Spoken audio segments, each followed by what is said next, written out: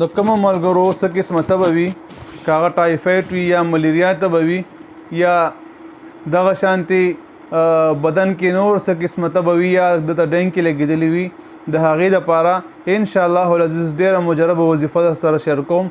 دا وظیفه 3 ورځې وکړئ انشاءالله که ستاسو بدن کې دا تبه د 1 هفتې تبه وي، که د 1 میاشتې تبه وي، که د 100 ورځو تبه هم وي، الله رب العزت پرې ختمه کړي ورسره.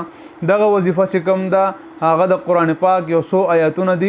دغه آیاتونه مبارکه تاسو ووایئ، په هغې باندې اوبه دم کوئ او هغه اوبه چې دم کوئ هغه روزانه څکئ او هغې نه یو کپړه لوندوئ، په هغه ټول بدن باندې لونده کپړه راکاږئ.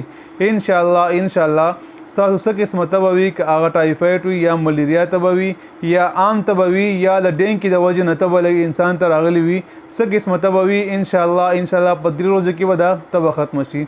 اول اور آخر 11 بار درود شریف ویلی، 41 مرتبه سورة الفاتحه ویلی، خو په دې ترتیب سره چې بسم الله الرحمن الرحیم الحمدلله، بسم الله الرحمن الرحیم الحمدلله رب العالمین الرحمن الرحیم مالک یوم الدین ایاک نعبد وایاک نستعین اهدنا الصراط المستقیم صراط الذین انعمت علیهم غیر المغضوب علیهم ولا الضالین. بیا دینه پس 21 مرتبه قلنا یا نار کونی بردا وسلاما علی ابراهیم، دا وظیفه ویل، قلنا یا نار کونی بردا وسلاما علی ابراهیم.